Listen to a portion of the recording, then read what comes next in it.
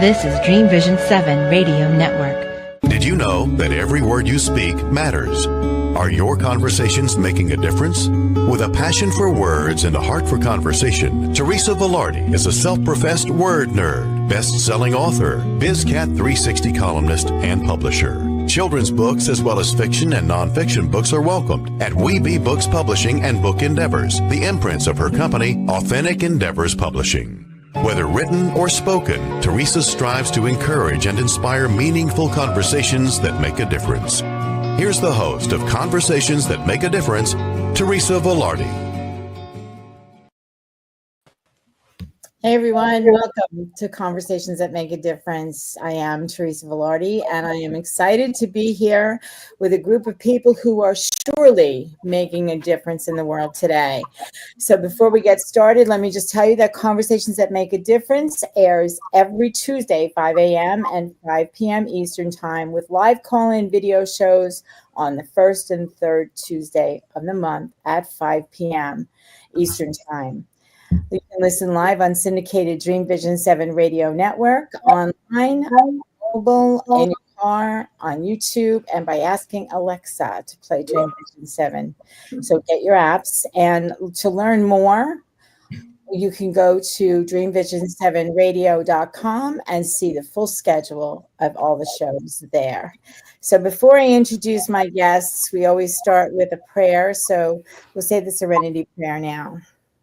God, grant me the serenity to accept the things I cannot change, courage to change the things I can, and the wisdom to know the difference. And I also want to say that it is by God's grace that we are fabulous, blessed, and highly favored, living in our greatness, using our gifts and talents, making a difference in the lives of others with passion and purpose, and all of God's great universe is indeed conspiring in our favor. So welcome to this version of Conversations That Make a Difference, where we are going to talk about courage being contagious and voices uniting against human trafficking, as we introduce Andi Buerger, the author of Voices Against Trafficking. Courage is Contagious, Uniting Voices and Nations in the War Against Human Slavery. Andi, just to tell you a little bit, is a survivor of brutal child sex trafficking. You share your journey with us from the victim standpoint, internationally recognized as an advocate who has rescued hundreds of at-risk teens through her not-for-profit work. Lisa Babbage, who is here with us as well, she brings her expertise as an educator, nonprofit leader, and survivor of abuse, working to restore dignity to women and children. Meek is a co-founder of SoldierStrong, combines lessons on leadership, resilience, and humanitarian service from decades of working with U.S. veterans and global causes. And Eric Caron, a decorated former U.S. Special Agent, Office of Law Enforcement and National Security, perspective on dismantling trafficking networks and rescuing victims. I am highly blessed to be in the presence of these amazing people. So welcome.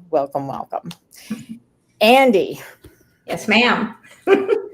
I've gotten to know you a little bit over the last year, and I am, I have my hands on a lot of different things, but you are an amazing woman who is doing so much to make such a difference in the lives of people who have been trafficked. And you came through a brutal period in your life, and you turned around and you gave back to everybody and anyone who you knew or recognized that is or has been affected by trafficking. Tell me a little bit about your journey and why we are here today to celebrate the release of this brand new book. Well, Teresa, thank you for that. Appreciate that. Yes, the elevator speech is basically that I was, for those who don't know in your audience, a child sex trafficking victim by family members, also known as familial trafficking. In the early 60s, when we didn't really have that term, we didn't even talk about child abuse in those days. People either shoved it under the rug or they didn't go see that special uncle or whatever. But from 6 months to 17 years old, that was my life. And, at the age of 5, it was just so bad. I really asked God to let me die or to get me out somehow, because the torture and all the things going on were so intense. And my birth mother basically said, I'll take you out any day I want to. So it's not really a great childhood. And so I thought I'll just beat her to the punch. And I went to the curb of my house, and I didn't see a car coming by like it normally would be, but I looked into that huge sky, and clear as day, even all these decades later, wondering, somebody must be bigger than this, who made it? How far does the sky go? Basically, can I get out of this place somehow? And in my life, that's where God met me. And I heard that voice within myself say, this is not the plan I have for you. And suicide is not the answer. And I trusted that voice. I didn't really see any other choice. And so I basically said, whatever you call me to do, not what you want me to do, but whatever you call me to do, as long as you keep me alive, I'll do that. So then you fast track, into trying to figure out, after you get out of a situation like that, now what do I do, right? What are my emotions? I was intellectually ahead, but not emotionally up to par, which made it difficult for relationships, for, dating, went to college, was in situations that could have ended very badly or with more abuse, but thankfully I was spared. And then I just felt like I really wanted to help kids that were like me. But at 19, a college graduate and no money and no place to go and no family, it was very difficult. So that's kind of, the beginning of the background. But one of the chapters in the book is from that one moment during my college years where Andi actually got to experience something that was really important to her. Mm-hmm. And do you want me to share that? Well, you can, yes, indeed. But let's give a little bit of background on this. Oh, yes, the book. Yes, that's why we're here. Yeah. All right. So the book is Voices Against Trafficking, Courage is Contagious. Because when we're courageous one by one, we become a collective unit of courageous people that can actually do something, that can make a bigger difference, kind of like the hub of a wheel. The more spokes you have, the stronger it is, the further we can go. So this particular book, Uniting Voices and Nations Together, Voices Against Trafficking, started on Capitol Hill, in Washington, D.C. in 2019. And we now are either partnered with or connected to 13 other countries. And there are more who want to connect with us. But getting contributing authors, like the authors we have here today, Eric, Chris, Lisa, they all brought a perspective, maybe an aha moment, maybe something they actually experienced in everyday life that people need to understand. Trafficking happens right in front of us, all around us. Eric has experience internationally as well as domestically in a different area. And then Chris, he jumped on and he just hasn't stopped. He has, been a guardian angel in a lot of ways for our organization, because we've all encountered it in some way. So I felt that by having 10 to 15 different voices in the book, it gives people truth about the situation, but it also brings the hope about what we can do together. I agree. The more voices you have speaking out against this, the better the word is going to get around to the people who don't know or have no clue on what to look for or have no experience whatsoever with anyone who has been trafficked and needs support. People don't know. And it shocks me that with all the noise out in the world, that conversations like this tend to get more silenced than anything else, because there's good behind it. And it takes away from all of the insanity that this world is made up with. But thank God there are people like you and other organizations who are standing up and saying, I'm mad as hell and I'm not going to take it anymore. That's right. Basically, yeah, because it's been so sensationalized. We hear the famous stories and the celebrity stories, but there is an entire nation of voiceless victims out there. And we are called to be that voice. And that is why everyone on this show and more are committed to being that hub so we can help somebody get their voice back and create a new purpose and hope for them. Yeah. And I think one of the biggest pushes for this conversation happened a couple of years ago when Jim Caviezel stepped into his role on the movie called Sound of Freedom. Thank you. You know what comes to my mind? God's children are not for sale. That statement comes to my mind. God's children are not for sale. And that's exactly what people are doing. They're selling children for whatever nefarious purposes they have. But I'm so glad that you invited these lovely people who are guests, who are authors in this book. And we're going to go and say a little bit about each one of them. So we'll go to you first, Lisa. You bring your expertise as an educator, nonprofit leader, and survivor of abuse. You stepped up and said yes to Andi's invitation to being part of this book. And you have a story in here where you talk about how you can actually spot these perpetrators. So do you want to talk a little bit about what you do and how it fed into what you added to this compilation? Thank you, Teresa. Honestly, saying yes to Andi is one of the easiest things I've ever done.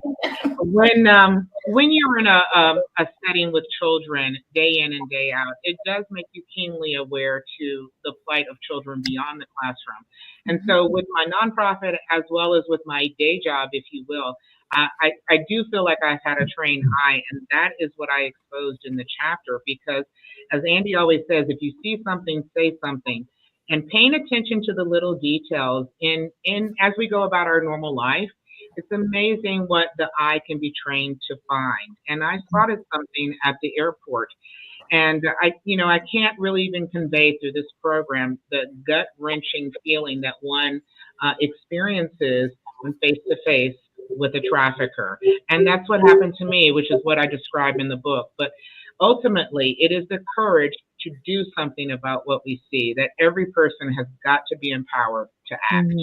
Mm-hmm. What kind of things can you, based on your experience and what you share in the book, what kind of things can you offer to our listeners? Maybe one tip on what to look for in a situation like being on a plane or being in a mall, and you see something that is actually that actually triggers a response in you that says, oh no, this is not right. I want to give two. Because first of all, people have to accept the fact that trafficking is happening in America every single day. Without accepting that fact, they may never see the glaring signs of someone being trafficked right in front of them. But after acceptance, what you're looking for is something out of place. Whether you want to describe it as a deja vu, a glitch, whatever fancy terminology we may have to it, you're going to spot something out of place. In my particular instance, what I spotted is a mismatch between the perpetrator and the clothing of the victim. So that little inconsistency is enough to trigger investigation and furthering that acting that we must do. So when we see something out of place, we have to pay attention to it, and we have to analyze it within ourselves.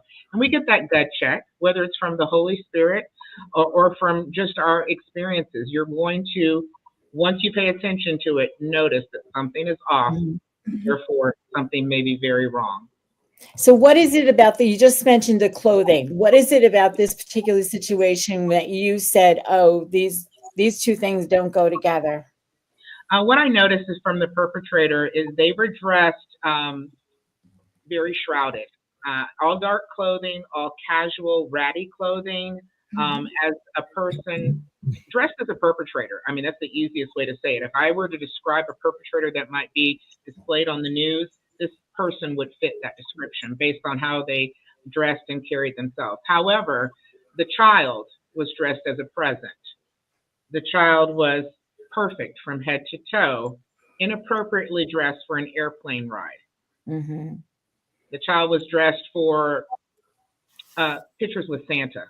Oh, It was so inappropriate, like no person would dress their child like that on a plane, especially how they were dressed. It was a complete mismatch. It was a night and day. These two things do not go together, just like Sesame Street. Yeah, exactly. What these two things don't go together. Yeah. Right. But that's a good thing. That's a simple way to put it, but something that everyone can take away from what you just said, especially parents of children can use that line. These two things don't go together. So, if they get themselves into a situation, scream, run, whatever, just, make noise and make people aware that something is not right. And these two things don't go together. Yeah. And Teresa, if I can, you can also notice the mannerisms between people who love or even know each other.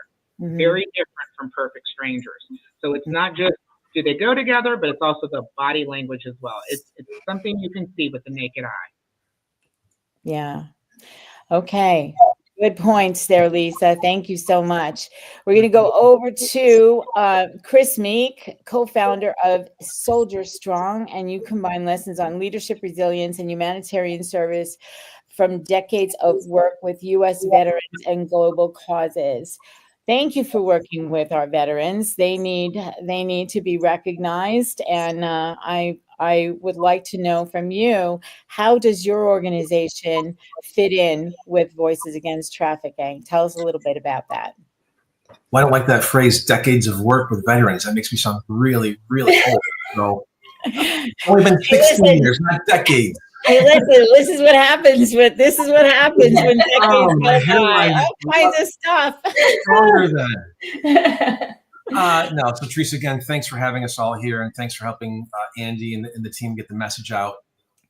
So I was introduced to Andy through the podcast that I host weekly, and we met I hate to say it, Andy, about 3.5 years ago. And, I'm a financial services guy by day, nonprofit guy by night, and just kind of do my thing and commute to New York City, and that's what you do. And met Andy and never heard about, but didn't think about human trafficking, because I think with most of us, it's not in my neighborhood. It doesn't happen to me, nobody that I know, but that's exactly where it happens. And when I heard Andy's story and when I read Andy's book, I said, I have to get involved. And I think I've jumped in with both feet. I may be over my head, but I'm trying to fake it till you make it. But it's something that I now put a big spotlight on that people need to be aware of, because it does happen in your neighborhood.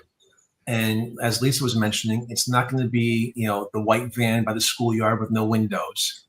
It's going to be a teacher, a coach, a neighbor. On my podcast, I've had people who, someone was trafficked by her best friend's father in Naples, Florida, a very affluent neighborhood.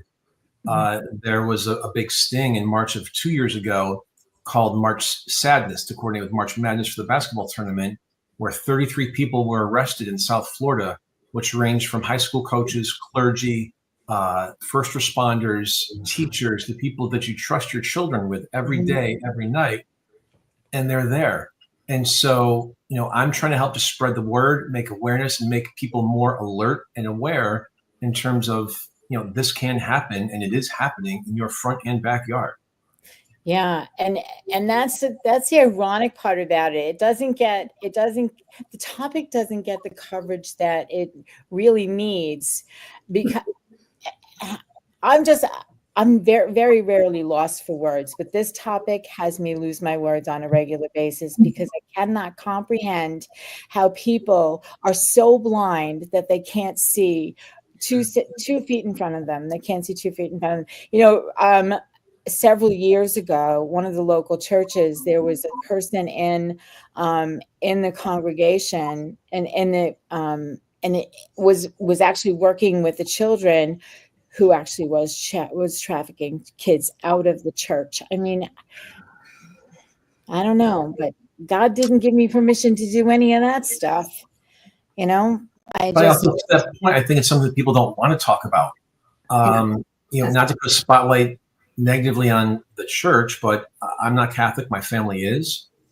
But we've seen movies made about what's happening in the Catholic Church about this. I'm not just putting them as someone in that one corner, but it's going to be, again, teachers, coaches, people you trust, and they're the ones that maybe have to come under more scrutiny.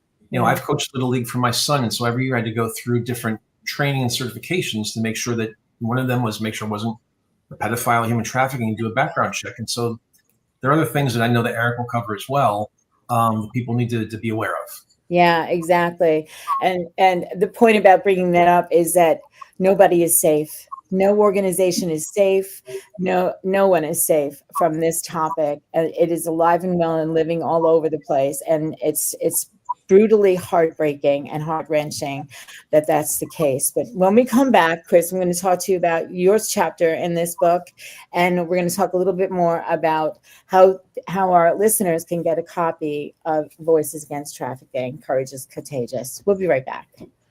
Are you one of the many people who said, someday I'll write a book, but don't know how to get started? Many wannabe authors have begun with the same question and are now published by Authentic Endeavors Publishing, a multi-imprint hybrid publishing company. Whether you're writing an autobiography, a memoir, a kingdom book, a children's book, a business book, or an anthology, we have a place for you. Visit www.AuthenticEndeavorsPublishing.com for more information or to set up a 20-minute consultation. Your title of published author is within reach. Born Able exists to highlight and normalize the humanity, worth, and abilities of infants and children born with complex medical conditions. We write, illustrate, and publish books for these children and have featured over 1,000 children throughout the world. Our videos and posts have been viewed over 100 million times on social media as we strive to showcase these amazingly abled kids and fight relentlessly for equal medical care, regardless of diagnosis. All proceeds from Born Able books go directly to the Born Able Foundation. To nominate a special kid to be featured in a Born Able book, go to www.bornable.org to learn more. Did you know that every word you speak matters? What you say and how you say it can make or break a relationship or shift the outcome of any situation. Are your conversations making a difference? Faith in God, gratitude, authenticity, and giving are Teresa Velardi's heart. It's in this spirit that she's focused on making a difference in the lives she's blessed to touch. Conversations That Make a Difference is now on syndicated Dream Vision 7 radio network every Tuesday at 5 a.m. and 5 p.m. Eastern Time, with live call-in shows every first and third Tuesday at 5 p.m. Eastern. This is Dream Vision 7 Radio Network, uniting mankind with universal love. Our shows are created from the heart, bringing each listener to a place of divine enlightenment. Breathe, relax, and enjoy. Let life flow. And we're back. And we're talking with Andi Buerger and some of the authors in Voices Against Trafficking, Courage is Contagious. And we're talking with Chris Meek, who his chapter in this book says, Combating Human Trafficking, Tackling Demand with Federal Accountability. Talk to me about what you presented here, Chris. I know that it says right here, this statistic floors me.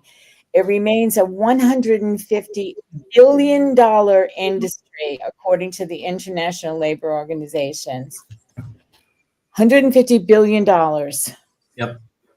That makes it, Andi, correct me if I'm wrong, but the largest illegal business that's out there. If it isn't, it's probably pretty close, but I think you're quite right because, drug trafficking has become second because it's actually easier to sell humans than it is to make, distribute, and control drugs.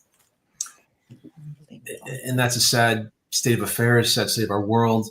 And that also, includes both forced labor as well as forced sexual servitude. But Teresa, I really focus on a handful of things. First, obviously, is demand is a driving force. Unfortunately, human trafficking is similar to your typical sales and marketing. It's the old 80-20 rule. 80% of your sales come from 20% of the market. From a 2019 demand abolition report, 25% of the buyers account for 75% of all purchases, which is just staggering and astonishing. But again, focusing on the current legislative landscape and policymakers, we know that human trafficking is already a federal crime because it's cross-border by nature. And prostitution of trafficked individuals is not federally addressed. That's something that I really wanted to focus on, which leaves huge gaps in accountability. And I'd like to highlight that states began criminalizing trafficking in 2003, with the state of Washington being the first.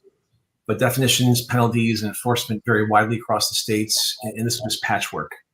The proposed federal solution they have is to add a federal charge against buyers of sex from trafficked individuals, regardless of the buyer's awareness of trafficking status. And I really modeled this after federal state hate crimes. Just as bias crimes can trigger federal charges alongside state charges, sex buying from trafficked victims could as well. And this creates a dual layered approach where state charges like prostitution plus federal charges of trafficking gives a double whammy. And so this creates a unified national standard for prosecuting buyers, and it's something that really needs to be addressed. I agree with you. I'm shocked that with this topic coming so close to the top of importance, it is. So these are our kids. These are our women and children, men, boys. It doesn't matter who you are. You can be unfortunately affected by this heinous crime of trafficking. And for the life of me, I can't understand why there is not more federal federal repercussions for people who are participating in this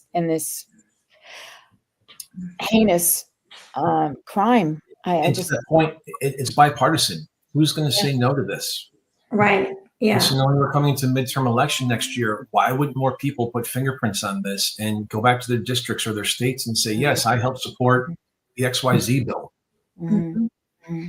Well, and Chris and Voices Against Trafficking, and Chris and a number of people, we are all going to get together and try and facilitate that being a nonpartisan bill, and hopefully get that up to the White House, because if we don't, it'll always be an us versus them. And if you don't deal with the predators and only the victims, we're still missing half the equation. And the fact is, and Chris, correct me, we do have laws on the books, but if they're not enforced at the state level, the local levels, then we're not doing our job either, because I believe his last statistic was, I think you can get up to 20 years federally for one act of human trafficking if you're convicted, but we don't enforce that.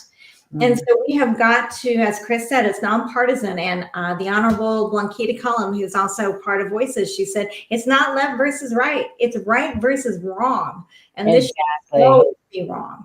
Yeah, exactly. And that's where it's got to come out of the, it's no longer, well, it never was, and it never will be a problem just for one side of the aisle. It's a problem that happens in the entire, house and in the entire somewhere else. So, and people, you never know who's involved, and it doesn't miss any organization, including the government. And I don't get involved in these conversations about that particular organization because because of where I stand in terms of, I don't want to bring anything down on anybody who's ever a guest on my show. I need to be really, really cautious of what I say, but my heart is with all of you. And that's why I'm having this conversation repeatedly with Andi, coming on my show repeatedly, because it's that important to me. When my niece was young, I grew up in a town where there was a parade every St. Patrick's Day, and someone nearly nabbed her out there, and she ran, and she's still suffering. I mean, she's got her own kids, and she's still suffering the trauma of just the possibility of something like that happening to her. And PTSD, yeah, absolutely. Yeah, Oh, anyway, Chris, thank you so much. And Eric, you're next. You are a decorated former U.S. special agent, and you have you offer us today a law enforcement and national security perspective on dismantling trafficking networks and rescuing victims. Yeah. Wouldn't want to be in your I wouldn't want to be in your shoes. I can't even imagine anything that you might have seen. I think we got a glimpse of it in The Sound of Freedom, but I don't think that it's anywhere near what you might have had to witness or see as part of your job. So thank you so much for your service to this topic. Thank you. And, you started us off with the Serenity Prayer, and believe it or not, I had that prayer on my desk for 25 years. Yeah. So I want to thank you for hosting this event with Andy, and it's pretty special to share the stage here with these remarkable individuals who have the courage to speak out against evil, because not everybody has the courage or the will to do it. And let me just say a few things. This is a global epidemic. Yeah. Global epidemic. And any given year, we're looking at over 50 million people yearly trafficked. Okay. That's from the US to Europe to Africa, 50 million. And, we think about the most traditional, if you will, crimes of human trafficking. That is for sexual purposes or labor purposes. But it goes even worse than that, We're talking baby harvesting in Africa that I've seen. We're talking organ harvesting that I've seen as well. We're talking human rituals that I'm aware of in Africa. And so this is a global epidemic. And, Andy in Voices Against Trafficking is remarkable. I met Andy 4 or 5 years ago. She's never wavered from her dedication to helping those who can't speak for themselves. And I've had an opportunity to write a chapter in the book about human trafficking. And we think the industry here in America, we think it's for, the sex industry. We think, maybe entertainment industry, right? Mm-hmm. I came across the U.S. Defense Department involved in human trafficking. And I say that where we had a U.S. defense contractor in America, hundreds of millions of contracts, who was operating a slave labor camp.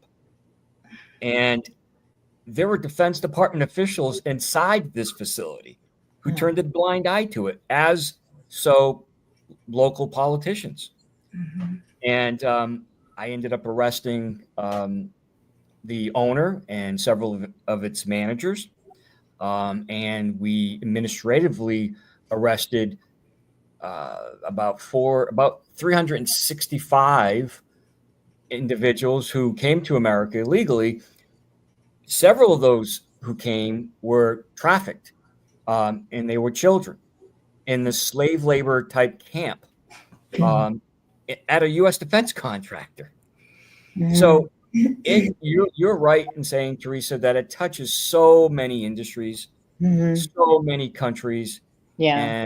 And I can't thank Andy enough for having the courage to take on this horrific crime and try to bring light, if you will, to this crime, save the most vulnerable children. Vulnerable, exactly. When I think about all the number of people who came across the border over the last several years, and now, there's been boundaries put, and people have been moved out. But how many kids got lost in that insanity of people just coming across the border without any kind of vetting or anything like that?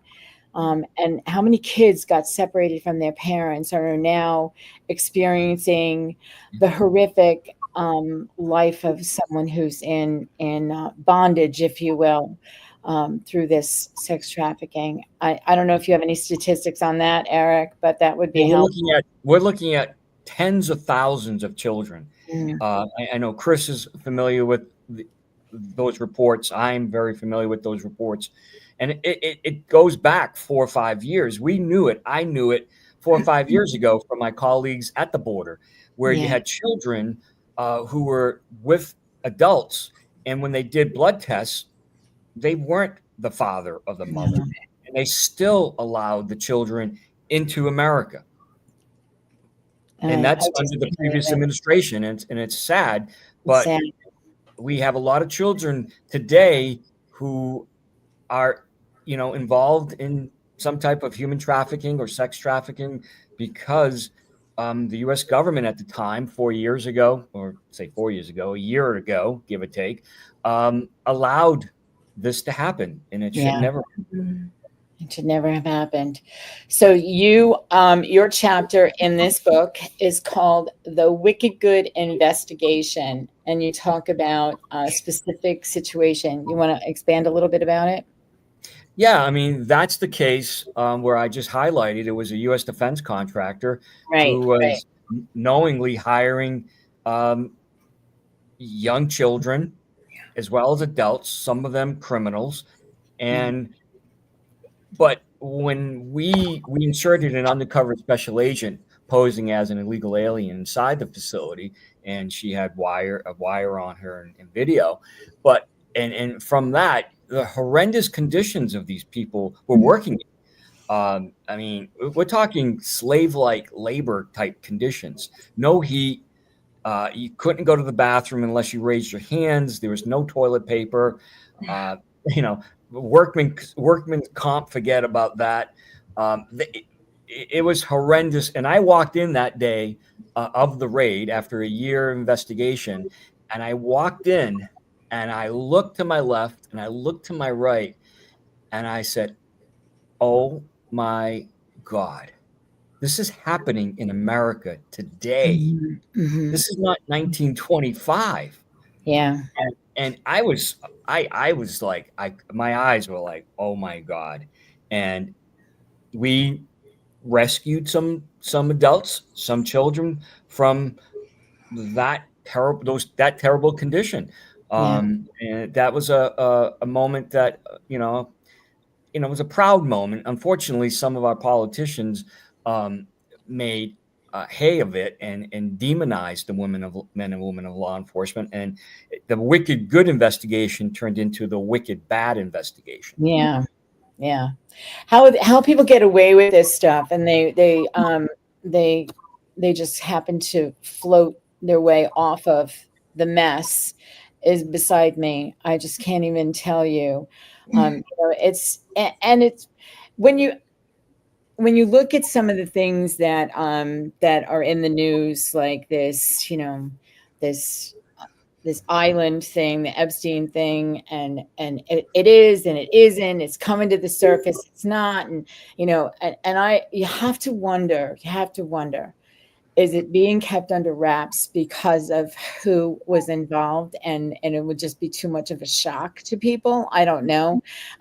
Who am I to say? I don't know. Well, I don't know anything. I don't know anything that anybody else might know. But my gut tells me that this is bigger. This is even bigger than that $150 billion that we were talking about a minute ago, Chris. What do you say about this in relationship to what Eric was just talking about? Unfortunately, I completely agree with you. I think it's way bigger. It hasn't gone away. I mean, how many years we've been talking about this? Mm-hmm. And there are more and more facts and more stories coming up. We just went through P. Diddy. So, that one kind of got pushed aside as well. And so, is it the more money you have, the more you get away with? I don't know. We've seen that, history repeats itself, or history is a rhyme. Mm-hmm. So the more you talk about it, the more is there.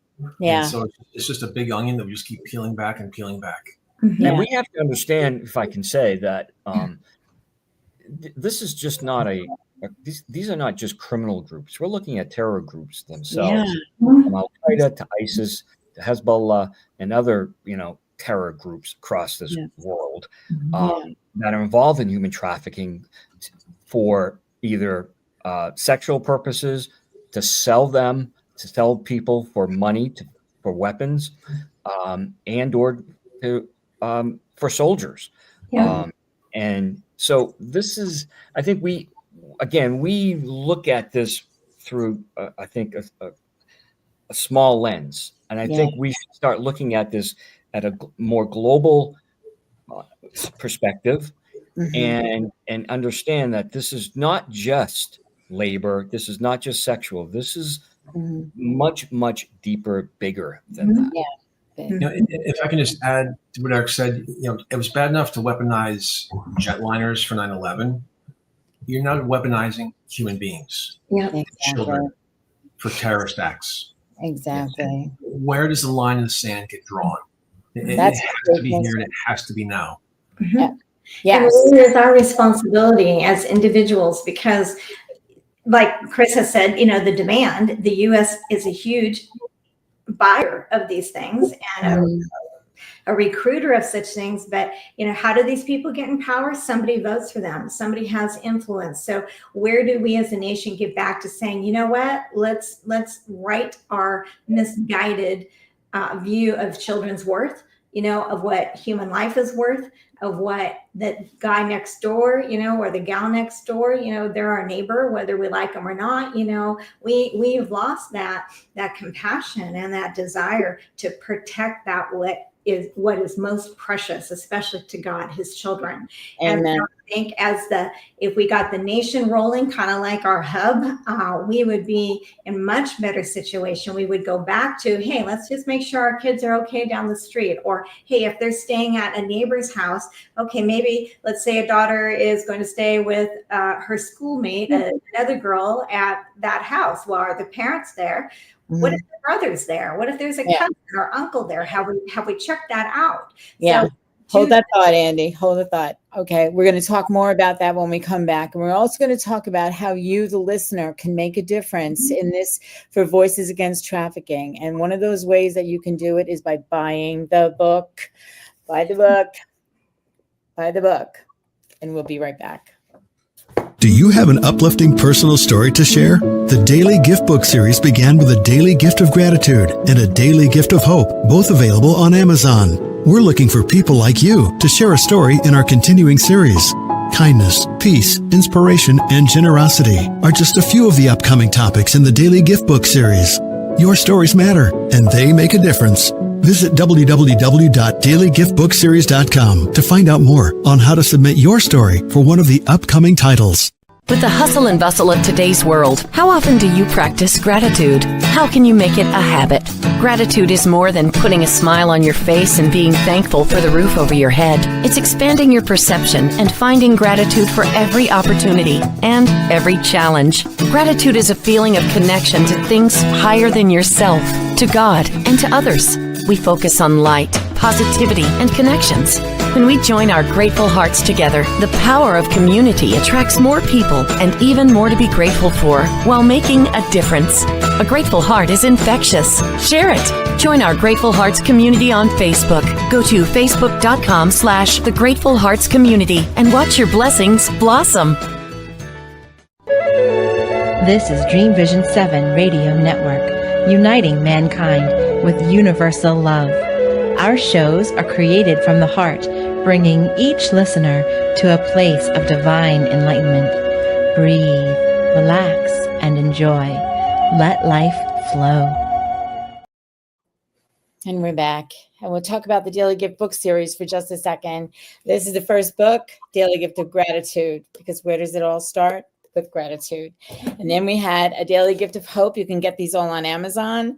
Daily Gift of Hope came next, and then a Daily Gift of Kindness. And what would be better to follow that than a Daily Gift of Peace, which we are going to be launching on September. That's a sneak peek at the cover. We're going to be launching that on World Peace Day, September 21st, and we will be talking about it on the very next Conversations That Make a Difference on September 23rd. So we're going to be launching that book then, and a portion of the proceeds from A Daily Gift of Peace is going to go to Voices Against Trafficking. So make sure make sure that when that book comes out, you buy a copy, because it's going to help a lot of people, especially those who have been put through the heinous crime of sex trafficking, to find some semblance of peace in their lives. So thanks for sharing that for me. Thank you, our producer, for sharing that cover. We appreciate you.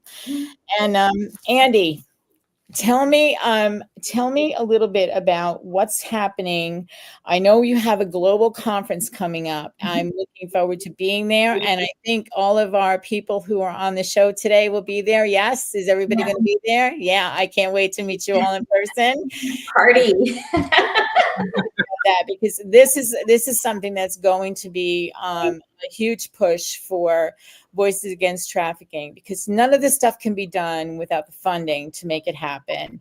So let's talk about that a bit.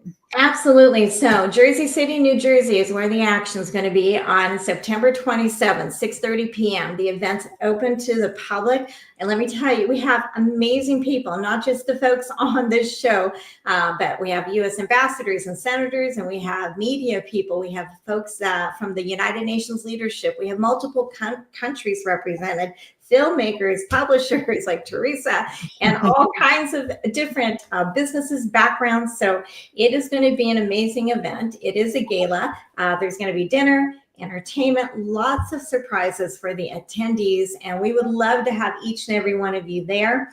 So, the tickets are $250 donation, and that covers everything for the evening for you. And I just know that if you need some inspiration, if you want to know more, it's kind of a coming out party for Voices Against Trafficking and our sister Voices of Courage, which is the branding for our magazines and our awards. Come on out. We would love to have you. Voices of Courage magazine. We'll have those there as well as books, but we really want people to know how they can be their own voice of courage in their own neighborhood, their own community, their own social circles. It doesn't have to be the big elephant. It just has to be a piece of this elephant. And that's why we're going to be doing this. So we're going to have a lot of fun. Yes, we are going to ask you to help us out, because there are things we need to do. And next year we have a big announcement. We're going to need, big support for that. But this year we're going to celebrate everyday heroes, people that have been making a difference in their community selflessly and with tremendous courage. Yeah. And how is there a website people can go to get the tickets? They can go to voicesagainsttrafficking.com, and the event will be on there. If they're not sure how to do the QR code, then they can simply donate through voicesagainsttrafficking.com, and they can also contact me directly through that site. Mm-hmm. And for those of you who are familiar with me, you can contact me directly as well. So, and even if you just drop me a note on the underneath the replay of this on YouTube, I'll be able to get that information over to Andi and get that connection made for you. So I hope that some of you will step up and join us. I'll be there. I can't wait. I'm excited to be part of this because, the joy that we have in our hearts as people, and should be the joy that every child and every person who has gone through a heinous situation that we've been talking about today, they should have a right to experience the peace and the joy that comes from living a good life. And Andi, you are unique in that you were able to take what you experienced and turn it around for the good of so many other people, so that they might not necessarily have to walk the road that you walked. So in your book, one of the stories that you tell is how 90 seconds changed my life. The line between success and defeat. You want to talk a little bit about that? Yeah, absolutely. So in college, I managed to push 4 years into 3 years. And the only elective I had one elective during that time. I love dance. And I particularly loved ballet at that time. So I thought I would take one class that I would enjoy. So I entered this class. It's Ballet 101. I walk in and all the pretty girls have their little outfits and their pink little shoes and, all the really nice stuff. And here I am with, sloppy tennis shoes. I had to borrow a t-shirt from somebody in the dorm. Basically, I didn't have any money and I didn't have a whole lot of style back then. So I was definitely already targeted as the girl that will never make it through this class. So, and I think most people have experienced either the mean girls or the mean boys at one time in their life. Well, yeah, they were mean, but the teacher, she didn't really give me a whole lot of encouragement, but I was in her class. She put me in the middle.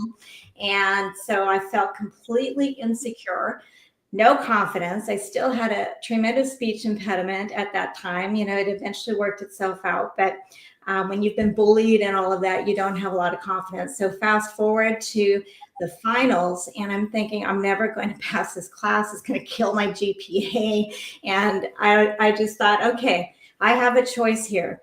When she walked around the room, and what happened was you'd get 30 seconds. She would tell you the moves she wanted to have incorporated, and you just had to give 90 seconds of a move, of a dance.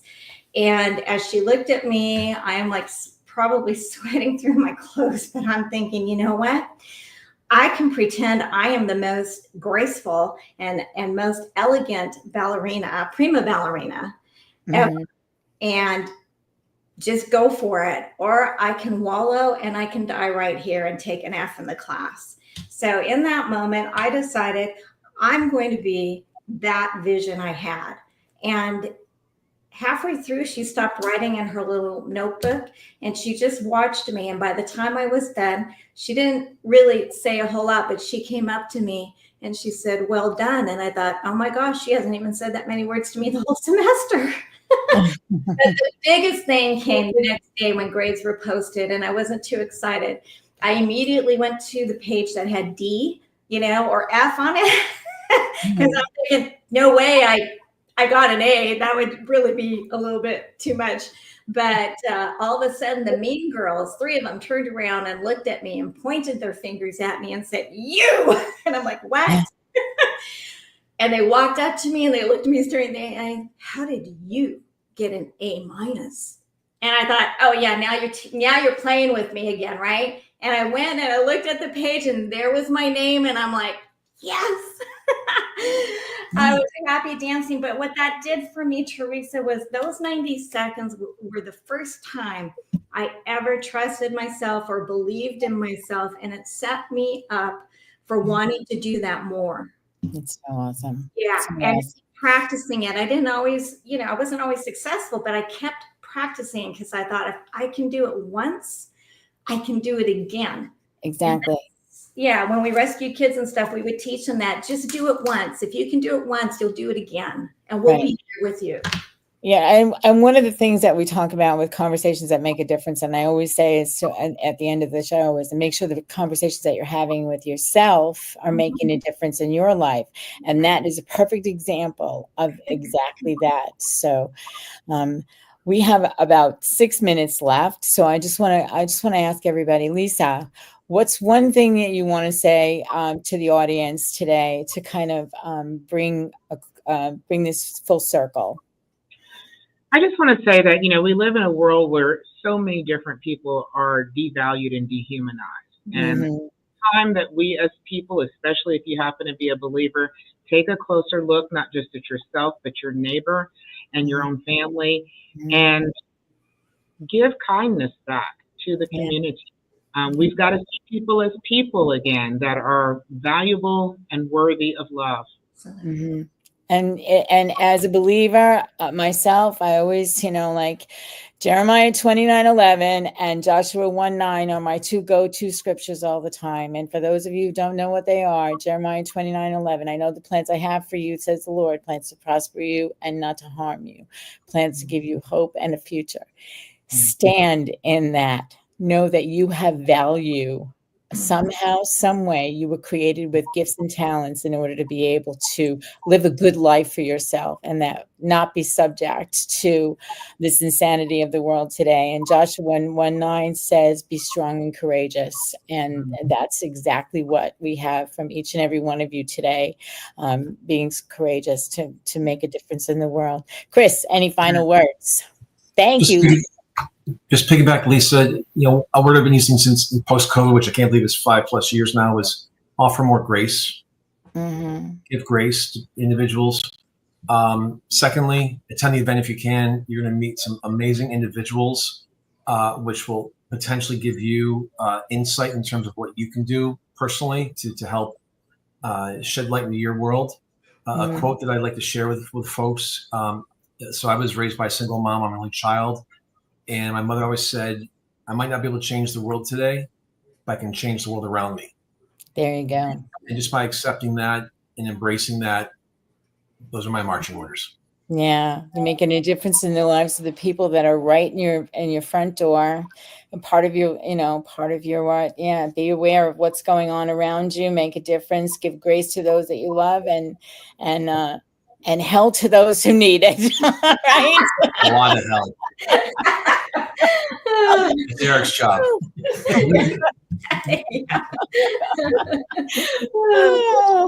Eric, what do you have to say to bring this full circle today?